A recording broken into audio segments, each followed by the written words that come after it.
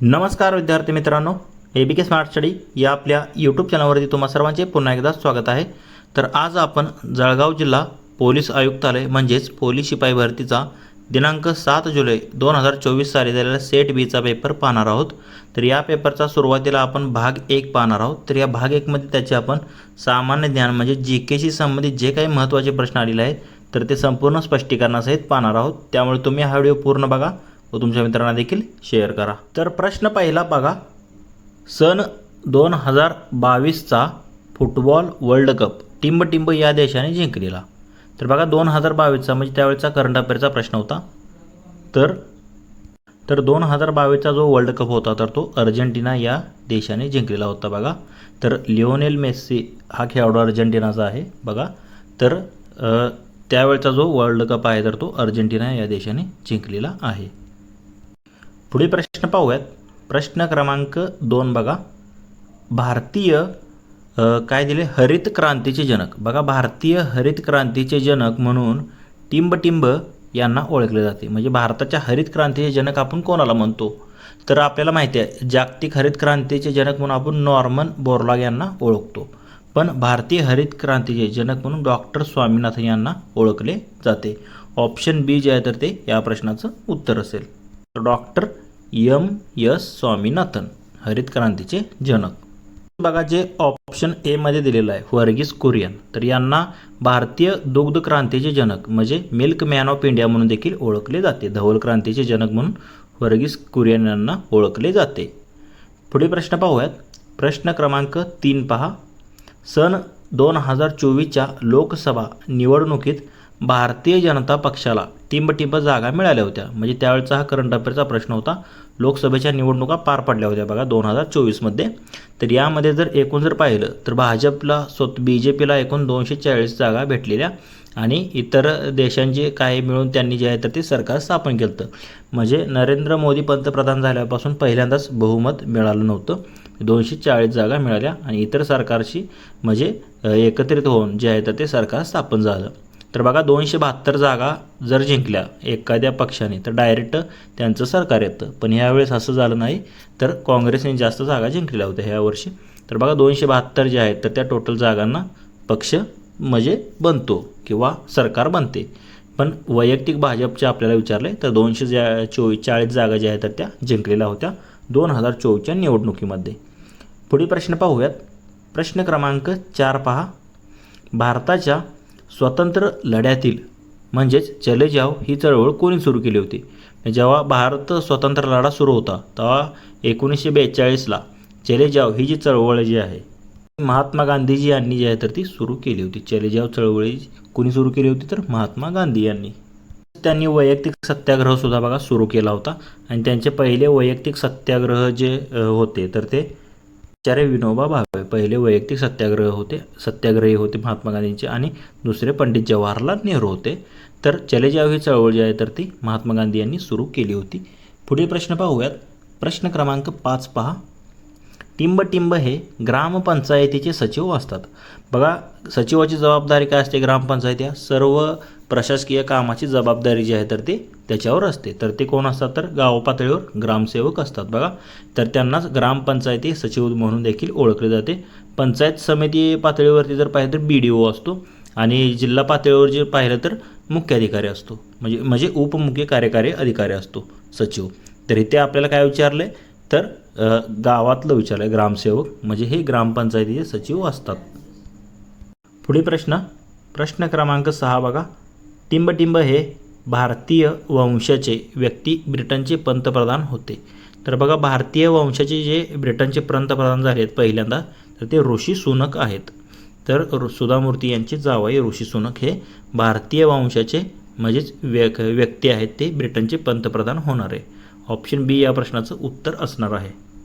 पुढील प्रश्न पाहूयात। प्रश्न क्रमांक 7 पहा, टिंबला पॉवर हाऊस ऑफ सेल म्हणजे ऊतीचे ऊर्जा स्त्रोत म्हणून म्हणतात। म्हणजे काय असा जो भाग आहे त्याला पॉवर हाऊस ऑफ सेल म्हणून ओळखले जाते, तर त्याला आपण काय म्हणतो मायटोकॉन्ड्रिया। तर मायटोकॉन्ड्रियालाच आपण काय म्हणतो पॉवर हाऊस ऑफ सेल म्हणजे ऊतीचे ऊर्जा स्त्रोत असे म्हणतात। मायटोकॉन्ड्रियाला आपण मराठीमध्ये काय म्हणतो, तंतुकणिका देखील म्हणतो बघा. तंतुकणिका म्हणजेच मायटोकॉन्ड्रिया, त्याला पॉवर हाऊस ऑफ सेल, ऊतीचे ऊर्जा स्रोत असे म्हणतात. तर DNA RNA हे न्यूक्लिक ॲसिड आहेत, म्हणजे ते जीन्सचे घटक आहेत बघा, DNA RNA. पुढील प्रश्न पाहूयात. प्रश्न क्रमांक 8 पहा. नोबेल पारितोषिक मिळविणारे पहिले भारतीय कोण होते? तर बघा, पहिल्यांदा नोबेल पारितोषिक 1913ला मिळालेलं होतं. जे भारतीय व्यक्ती होते साहित्यामध्ये, रवींद्रनाथ टागोर यांना. तर साहित्याचे नोबेल मिळवणारे पहिले भारतीय जे रवींद्रनाथ टागोर होते. नंतर मग CV रमन यांना 1928 साली मिळालेलं होतं. 1930 साली त्यांना मिळालेलं होतं. 1928ला त्यांनी शोध लावला होता CV रमन यांनी. रमन इफेक्ट म्हणून देखील ओळखला जातो. ऑप्शन डी म्हणजे पहिलं कोण मिळवलेलं होतं, तर रवींद्रनाथ टागोर. ऑप्शन ए या प्रश्नाचं उत्तर असणार आहे. तसेच अर्थशास्त्रातील जे आहे तर ते नोबेल अमर्त्य सेन यांना मिळालेलं आहे. पुढील प्रश्न पाहूयात. प्रश्न क्रमांक 9 पहा. माजी पोलीस महासंचालक म्हणजेच श्रीमती मीरा बोरवणकर यांनी टिंबटिंब हे पुस्तक लिहिले आहे बघा. महाराष्ट्राच्या माजी पोलीस महासंचालक DGP श्रीमती मीरा बोरवणकर यांनी एक पुस्तक लिहिलेलं आहे महत्त्वाचं. तर ते पुस्तक आहे, तर ते मॅडम कमिशनर या नावाने त्यांनी लिहिलेलं आहे पुस्तक. मॅडम कमिशनर कोणी लिहिलेलं आहे? श्रीमती मीरा बोरवणकर यांनी. पुढील प्रश्न पाहूयात. प्रश्न क्रमांक 10. खालीलपैकी कोणते पर्यटन स्थळ जळगाव जिल्ह्यात नाही? बघा, आता ज्या जिल्ह्याचा तुम्ही पेपर देणार आहे त्या जिल्ह्याची संपूर्ण इतिहास भूगोल तुम्हाला माहीत असणं गरजेचं आहे. मी अगोदर देखील सांगितलं आहे तुम्हाला. तर बघा, जळगाव जिल्ह्यातील पर्यटन स्थळे जर पाहिली तर त्यामध्ये पद्मालय आहे, पाल आहे, पाटणादेवी हे 3 स्थळे आहेत. पण अजिंठा वेरूळ लेणी जी आहे तर त्या छत्रपती संभाजीनगर जिल्ह्यात येतात. त्यामुळे सरळ तुम्हाला जर हे डीमध्ये जर फक्त माहीत असतं तरी तुमचं आन्सर आलं असतं. अजिंठा आणि वेरूळ ह्या ज्या लेणी आहेत तर त्या छत्रपती संभाजीनगर जिल्ह्यात येतात, जळगाव जिल्ह्यात नाही.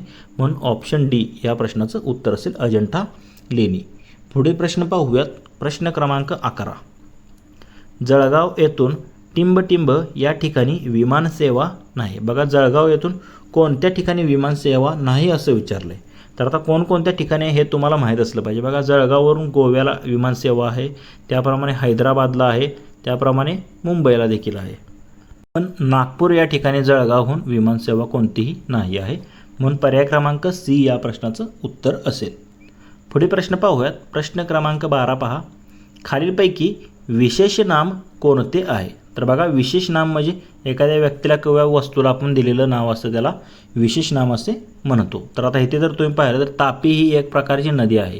म्हणजे नदी हे काय झालं तर ते त्याच्यात संपूर्ण जातीला दिलेलं म्हणजे सामान्य नाम झालं. आणि त्यातलं स्पेसिफिक म्हणजे जसे गंगा, तापी, नर्मदा ह्या विशेष नामामध्ये येतात. म्हणजे तापी हे काय आहे? विशेष नाम आहे. बाकी समुद्र, शहर, आळस जे आहे तर त्यांचा काही संबंध नाही विशेष नामामध्ये. तर तापी जे आहे तर ते विशेष नाम आहे. समुद्र, त्यानंतर शहर आणि आळस हे जर पाहिलं तर समुद्र, शहर हे सामान्य नाम आहेत. तर पुढील प्रश्न आहे प्रश्न क्रमांक 13 बघा. मुलाने आंबा खाल्ला या वाक्यात खालीलपैकी कोणता प्रयोग आहे? तर बघा, आपल्याला एक वाक्य दिले, मुलाने आंबा खाल्ला.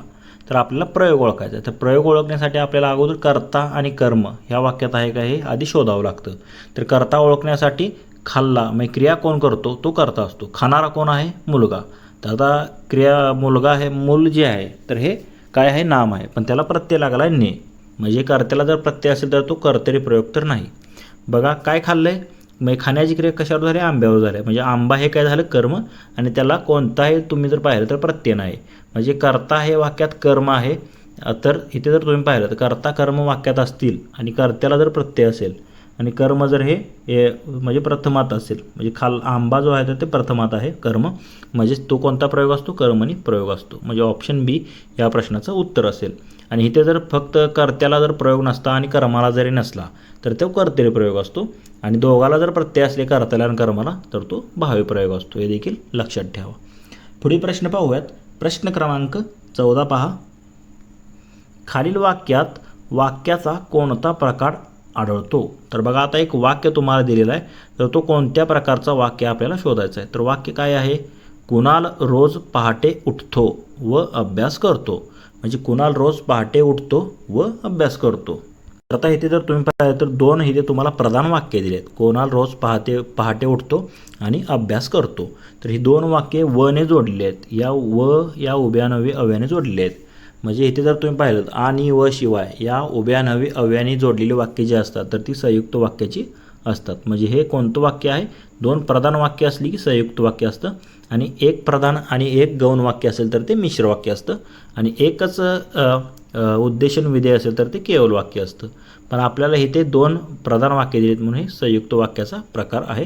म्हणजे समुच्चयबोधक उभ्यानवी अव्ययांचा वापर इथे केलेला आहे आणि व शिवाय म्हणून ते संयुक्त वाक्य आहे. ऑप्शन सी या प्रश्नाचं उत्तर असणार आहे. पुढील प्रश्न पाहूयात. प्रश्न क्रमांक 15 बघा. जळगावात गोड केळी मिळतात. वरील वाक्यातील अधोरेखित शब्दाचा विशेष प्रकार ओळखा. तर बघा गोड या शब्दाला जे आहे तर त्याने अधोरेखित केलेलं आहे. तर तो कोणते विशेषण आहे आपल्याला विचारलं आहे. बघा केळ्याचा गुण सांगितला आहे. केळे कसं आहे तर ते गोड आहे. म्हणजे हे काय झालं तर एक प्रकारचं गुण विशेषण झालं. काय झालं?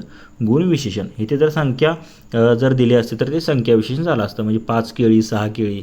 जर सर्वनामाचा वापर जर केला असता विशेषणासारखा मग त्याला सार्वनामिक विशेषण असे म्हणतो.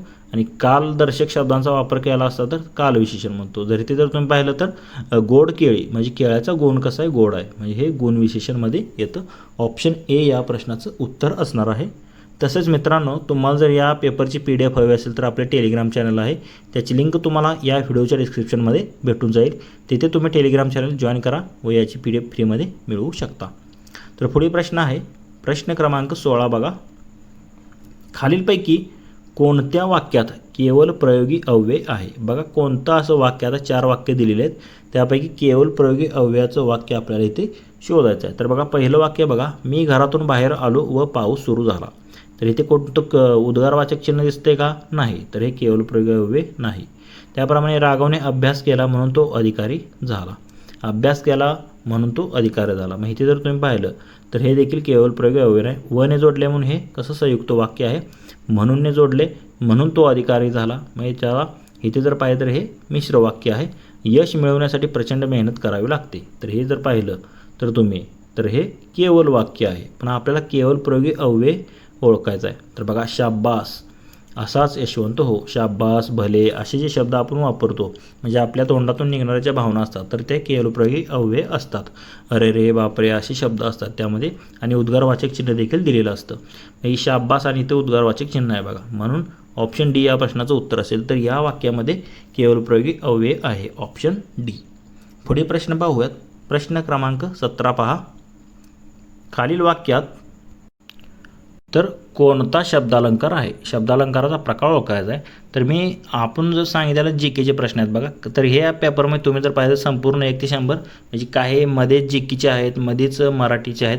तर सुरुवातीला जे GKचे होते म्हणून मी ह्या टॉपिकला GKचं नाव दिलं होतं. तर काही इथून पुढचे जे आहेत तर ते 25 पर्यंत जर पाहिलं तर ते काही मराठी ग्रामरचे देखील प्रश्न आहेत बघा. आपण 1 ते 25 पर्यंत पाहूयात प्रश्न. तर प्रश्न क्रमांक 17व्यामध्ये तुम्ही जर पाहिलं तर कोणता अलंकार आहे ओळखायचा आहे बघा. वाक्य काय आहे? मना चंदनाचे परी त्याजी जावे, परी अंतरी सज्जना नीव वावे. तर आता शेवटी वे वे वे यमक जुळलेले आहेत कवितेच्या शेवटी. तर त्याला आपण कोणता अलंकार म्हणतो? यमक अलंकार असे म्हणतो. म्हणजेच ऑप्शन सी या प्रश्नाचं उत्तर असणार आहे. तर मित्रांनो आपला जळगाव जिल्हा पोलीस शिपाई भरतीचा दिनांक 7 जुलै 2024 साली झालेला सेट बीचा पेपर सुरू आहे. तर या पेपरचा आज आपण इथे भाग 1 पाहिला ज्यामध्ये आपण त्याचे सामान्य ज्ञान GK तसेच मराठी व्याकरणाशी संबंधित काही 4-5 प्रश्न होते तर ते पाहिलेले आहेत. जर तुम्हाला या प्रश्नांमध्ये कोणतीही शंका वाटत असेल तर कमेंट करून नक्की सांगा. तसेच हा जर व्हिडिओ आवडला असेल तर लाईक करा, तुमच्या मित्रांना देखील शेअर करा व असे जर नवनवीन व्हिडिओ तुम्हाला हवे असतील तर आपले YouTube channel ABK smart study subscribe करा व समोरील बेल आयकॉन प्रेस करा. धन्यवाद मित्रांनो. जय हिंद, जय महाराष्ट्र, जय महाराष्ट्र पोलीस.